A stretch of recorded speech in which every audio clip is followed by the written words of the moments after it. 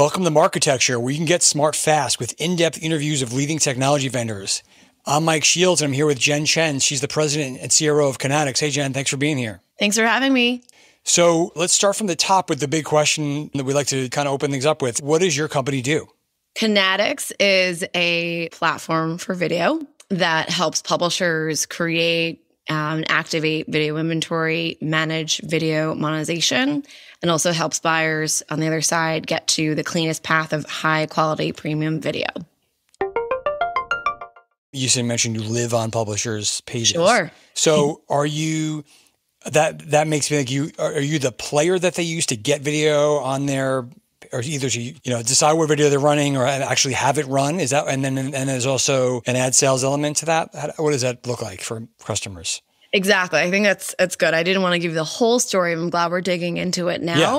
The technology is a video player. So you're absolutely right. And it lives there. It actually is viewable and you can go to many of our publisher sites like AccuWeather, Reuters, Vox, Forbes, BuzzFeed, and see what it does. So it activates content.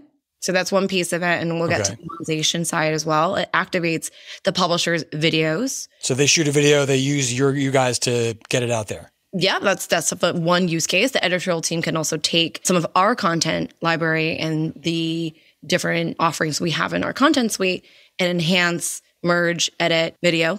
So that's when you say your content, you guys don't. Is that licensed content? You don't produce your own news and stuff, I'm assuming. Correct. We're not a production studio, but what we do is we do use a lot of our machine learning. We use a lot of our technology around that contextual bit I will get into later, and help them take bits and pieces of the existing content they have and visualize it.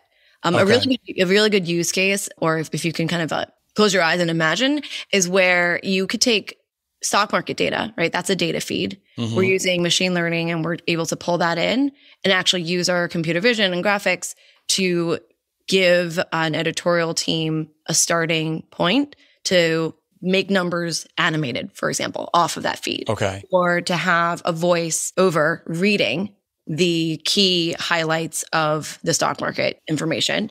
And then what they would do is take a lot of their current content. They would take all the other things that they do produce themselves and be able to kind of merge that into a video experience. Okay. That's what our content offering would be. So that it sounds like a couple different things there. It sounds like you can take existing text-based articles and turn them into video or use them as the base of a video. Or you can also just take data feeds and things you have, and instead of having to shoot a video from scratch, you can use those tools to get started. Is that the right way to think about it? Exactly. Or enhance, right? So someone could already have a video and they want to include a stock market board or something, right? Inside of that video. We could actually help them layer it on and supplement. But we would never be we would suggest not to be the only thing that is showing video. So I was going to say, if you're a publisher who doesn't have the history of producing video or the finances, you don't just instantly turn all their stuff into video. That's not what you're trying to do. We would discourage it because there's a bigger mission, which I think gets to why I started really broad. The mission is to have that element of empowering the studio and the editorial team and the monetization team and making it very, I would say, everyone benefits, a win-win-win. We wouldn't want to just kind of replace that team or something that the publisher is really the bread and butter, which is the creative element of publishing. You mentioned a handful of customers. Some of them probably use some of your products and not all of them. In terms of the tool that you're describing, can you give us an example of maybe a publisher or two that are using that to take stock quotes and create videos or something along those lines? I would say the larger the publisher, the less you would see that because they have large teams that have built out their own. Some of the, I would say, smaller, more scrappy publishers would be using it. They may not want us to share because they weave it into their own. So I wouldn't want to disclose anything that I'm not. Because this is like a white label solution. Right.